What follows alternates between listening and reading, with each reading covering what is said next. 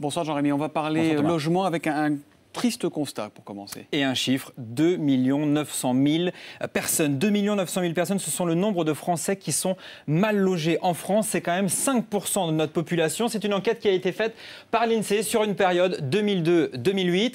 Des chiffres qui confirment évidemment l'ampleur du problème dénoncé de longue date. Ça veut dire qu'on est avant la crise. Hein. Avant la crise, oui, absolument. De longue date, c'est une situation dénoncée de longue date par les associations. 2 900 000 personnes qui vivent dans des logements insalubres, qui vivent dans des logements surpeuplés, parfois sans chauffage, sans cuisine et sans sanitaire. Et ce qui est intéressant dans cette étude, c'est qu'on s'est aussi intéressé aux personnes sans logement tout court. Oui, et là aussi les chiffres sont évidemment très très inquiétants. Sur la même période, plus de 130 000 Français ont été déclarés sans domicile.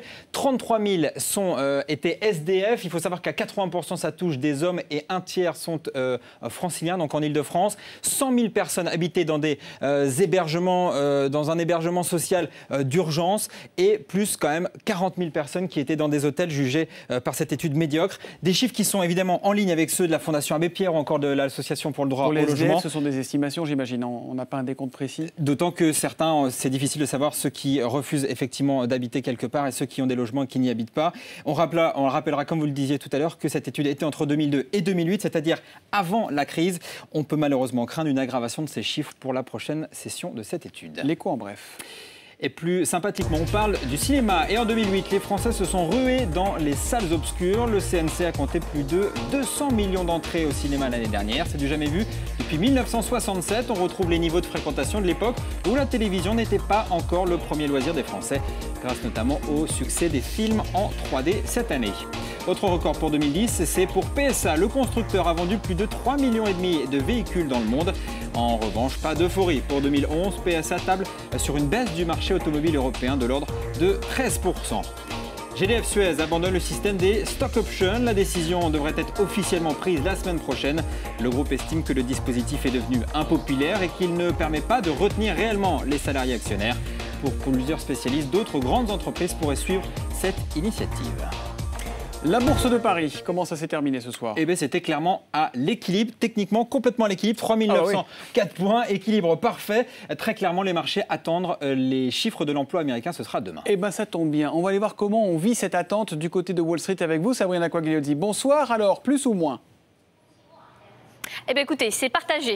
On est en repli sur l'indice Dow Jones par exemple. La première séance de baisse de l'année pour l'indice, moins 0,2% en clôture, 11 697 points. Le S&P 500 également dans le rouge, moins 0,2%. Mais le Nasdaq parvient à se maintenir en territoire positif en clôture, plus 0,2%. On est resté très prudent. Donc avant ce grand rendez-vous demain, on a eu d'ailleurs un avant-goût avec les inscriptions hebdomadaires au chômage qui ont augmenté la semaine dernière. Mais si on regarde la moyenne sur 4 semaines, qui est beaucoup plus représentative, et bien là on est un plus bas en 2 ans et demi. Sachez parallèlement que la hausse du dollar a pesé aussi sur ces indices américains, de même que le compartiment de la distribution à l'occasion de la publication des ventes de décembre pour le secteur. C'était plutôt décevant, comme Gap par exemple, le spécialiste de l'habillement qui a vu ses ventes reculer en décembre alors que les analystes attendaient une hausse. Du coup le titre était sévèrement sanctionné, moins 7%. Target également, des ventes inférieures aux attentes, moins 7% pour le titre en clôture. Des groupes qui pointent du doigt notamment la tempête de neige qui a frappé la côte est des États-Unis. Puis sachez aussi que AT&T était en repli, moins 2,8%. Et puis on l'a vu, les technologiques à l'inverse se sont distinguées à l'occasion des annonces qui ont été faites par les groupes lors du salon de l'électronique grand public de Las Vegas. Merci Sabrina. L'écho en plus, Jean-Rémy, on connaît maintenant le nom du meilleur job du monde. Oui, c'est une étude américaine qui est citée par le Wall Street Journal. Elle a classé 200 emplois en fonction de plusieurs critères. Le salaire, l'environnement de travail, le stress, les sollicitations physiques et les perspectives d'évolution. Et le résultat est plutôt étonnant. Le meilleur job du monde, c'est ingénieur informatique qui arrive en première place. Deuxième position, plutôt bien pour les mathématiciens. On notera que du côté de la météo, c'est le 6e meilleur job du monde. Bravo Guillaume Séchet. Un peu plus de stress depuis décembre quand même. Voilà, les agents du fisc sont considérés comme le 43e meilleur job du monde. On notera quand même que les reporters de presse sont 188 sur 200. Ouais. J'aurais dû faire des maths. Ça, c'est parce qu'on aime beaucoup se plaindre, les reporters et les journalistes. Mais nous, on est très heureux d'être là pour vous sur BFM TV. Merci Jean-Rémy.